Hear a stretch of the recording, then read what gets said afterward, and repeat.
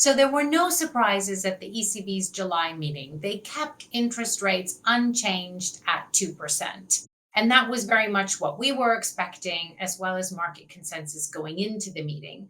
That said, I think that the market reaction has been that the tone of the meeting was a bit more hawkish than had been expected.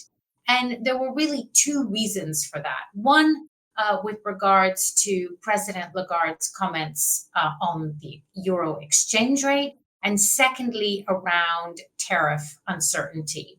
So, on the exchange rate, I think what the market was looking for potentially is some sense that the ECB Council, Governing Council, is quite concerned about the fact that the euro has appreciated so much and that this could act as a depressive effect on the inflation outlook. But we really didn't get that sense from President Lagarde. And secondly, as of the time of the July ECB policy meeting, we don't really know yet what is going to be the eventual US EU trade agreement.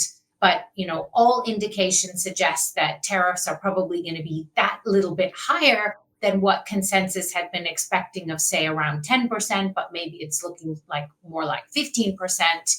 And so, normally higher tariffs, weaker demand impact on the euro area would suggest, other things equal, that the ECB needs to cut. However, President Lagarde emphasized that any deal that does get agreed potentially in the coming days would actually remove a lot of uncertainty that hitherto has been holding back investment, and that could actually be good for growth near term. So a bit more of an optimistic tone coming from the ECB Governing Council and President Lagarde at the press conference around the prospect of lower uncertainty, helping growth, and not too concerned about weaker currency weighing on the inflation outlook.